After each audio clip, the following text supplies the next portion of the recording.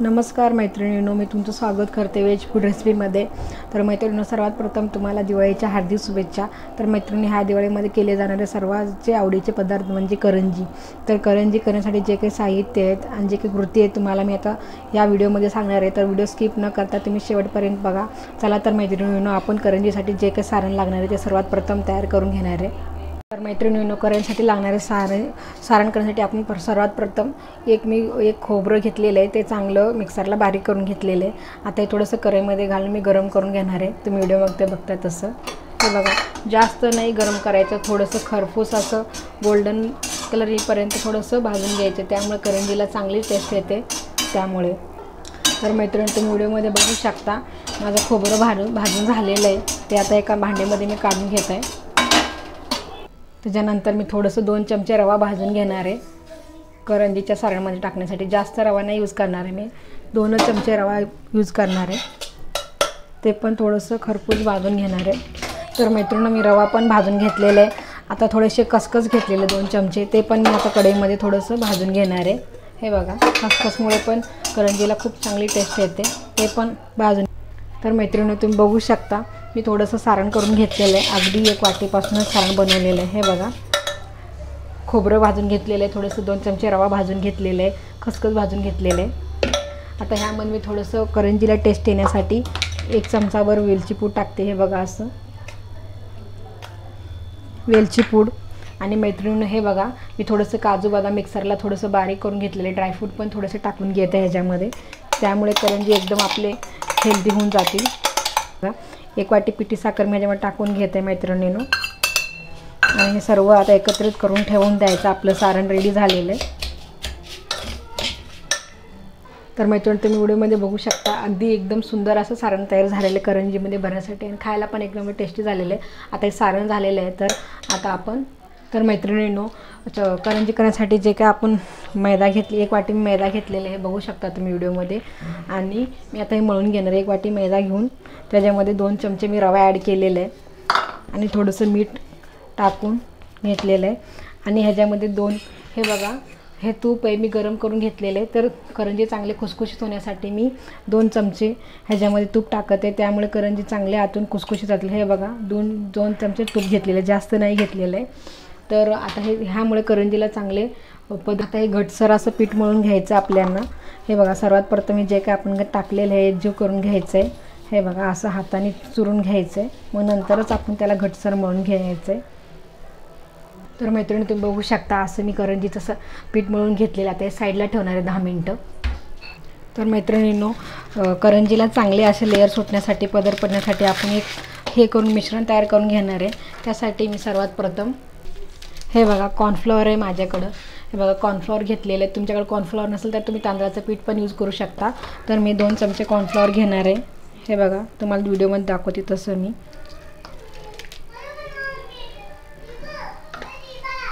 तर ह्या कॉर्नफ्लॉवरमध्ये मी 2 चमचे हे कडकडीत गरम केलेलं तूप घेतलेले, तर अगदी गरम तूप टाकायचं, थंड तूप टाकायचं नाही। हे बघा, 2 चमचेच टाकणार आहे, जास्त नाही। हे बघा मैत्रिणींनो, आता हे एकजीव करून बाजूला ठेवायचे, ह्यामुळेच आपल्या करंजीला चांगले लेयर सुटणार आहेत, त्यामुळे मी हे मिश्रण तयार करून बाजूला ठेवत आहे। तुमच्याकडे नसेल तर मी अगदी सांगितल्याप्रमाणे तांदळाचं पीठ पण तुम्ही यूज करू शकता। बघू शकता मैत्रिणी, असं हा लेयर करून ठेवायचं आपल्याला पातळ। तर मैत्रिणी, तुम्ही व्हिडिओमध्ये बघू शकता मी आता करंजीचे ते सारणचं हे करून पोळ्या लाटून घेणार आहे। हे बघा, असे गोळे करून घ्यायचे जितके होतील तेवढे। माझे 4 गोळे होत आहेत मैत्रिणींनो। हे बघा, असं 4 गोळे आता करून साईडला ठेवणार आहे, आणि ह्याच्या आता पोळ्या लाटून घेणार आहे। जसे आपण रोज पोळ्या लाटतो तसंच लाटायचं आहे, थोडंसं मैदा लावायचं आहे त्याला।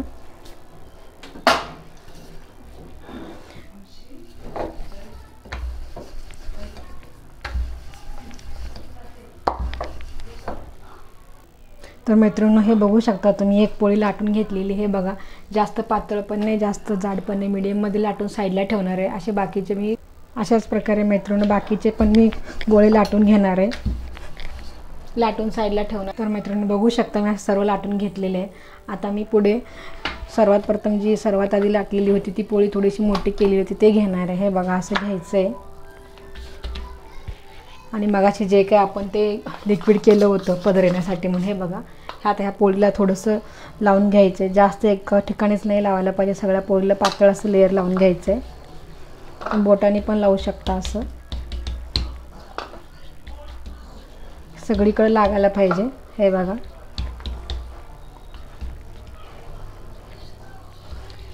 तुम्ही ब्रशच्या साहाय्याने पण लावू शकता आणि ह्यावरती दुसरी पोळी ठेवायची जे काय आपण लाटली होती मैद्याची। हे बघा आणि ह्याला पण असं सेम लावून घ्यायचं आहे। बघू शकता मैत्रिणींनो सगळं मी आता लावून घेतलेलं आहे आणि वरती जो राहिलेला आहे तर त्याला पण मी थोडंसं लावून घेणार आहे। जे काही उरलेलं आहे ते त्याला वरच्या ह्याला पोळीला लावून घेणार आहे। हे बघा असं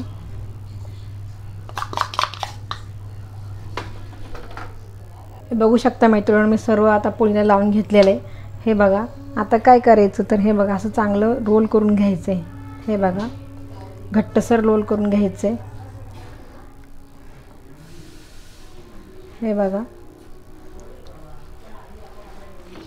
आणि याला असं हाताने तुम्हाला जितकं होईल तेवढं बघू शकता मैत्रिणी ह्याला जो असं चांगलं मोठंसं रोल करून घ्यायचं आहे। हे बघा हे आपलं झालेलं आहे। तर ह्याला आपण आता कट करून साईडला ठेवणार आहे। ह्याचीच आपण आता करंजी करायला घेणार आहे। हे बघू शकता तुम्ही, हे बघा असे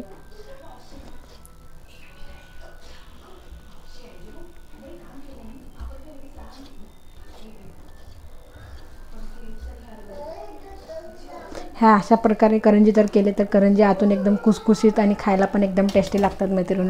आता हे मी सर्व एका ताटमध्ये काढून घेते लाटण्यासाठी म्हणून। हे बघा तर मैत्रिणी तुम्हाला एक दाखवते मी जवळून। हे बघा आतून किती छान असं लेयर सुटलेलं आहे। आता ह्याचेच आपण करंजी करून घेणार आहे। हे बघा मैत्रिणी आता ह्यातला एक गोळा घेणार आहे मी लाटण्यासाठी म्हणून, थोडंसं पीठ लावायचं। हे बघा असं मधोमध दाबायचं आणि ह्याचं लाटून घ्यायचं। हे बघा जास्त पातळपणे लाटायचं। हे बघा असंच मधोमध लाटायचं। आता ह्याच्यामध्ये सारण भरून घेणार आहे। मगाशी जे काही मी सारण केलं हे बघू शकता व्हिडिओमध्ये, मगाशी मी जे काही सारण केलं होतं ते ह्याच्यामध्ये भरणार आहे मैत्रिणीनं।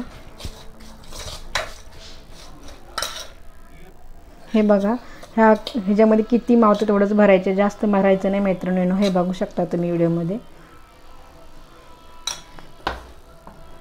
आता ह्याला आपण चांगलं असं फोल्ड करून घेणार आहे। हे बघा असं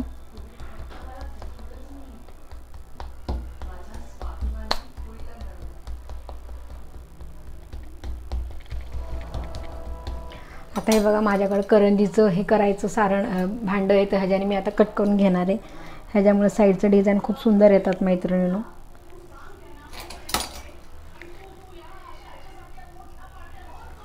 हे बघू शकता मैत्रिणींनो किती छान असं भरलेलं आहे। आता मी हे साईडला ठेवते भरलेलं। परत एक तुम्हाला लाटून दाखवते मैत्रिणींनो। हे बघा असं मध्ये प्रेस करायचं आहे आणि मध्येच लाटत द्यायचं आहे। हे बघा असं जास्त पातळ लाटायचं। आता झालेलं आहे, परत मी ह्याच्यामध्ये भरून घेणार आहे। सेम प्रोसिजर आहे मैत्रिणी, असंच आपण बाकीचे करंजी पण लाटून भरून घेणार आहे। परत ह्याला असं हलगर्जीत हाताशीर फोल्ड करायचं आहे। हे बघा जितकं सारण मावतं तेवढंच भरायचं, त्याच्यामध्ये जास्त दाबून नाही भरायचं आहे। परत साईडला असं कट करून घ्यायचं आहे।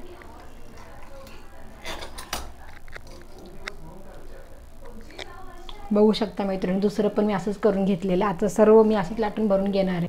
तर मैत्रिणी तुम्ही बघू शकता मी सर्व असे करंजी लाटून घेतलेले आहे। आता हे तळून घेणार आहे मी गॅसवर।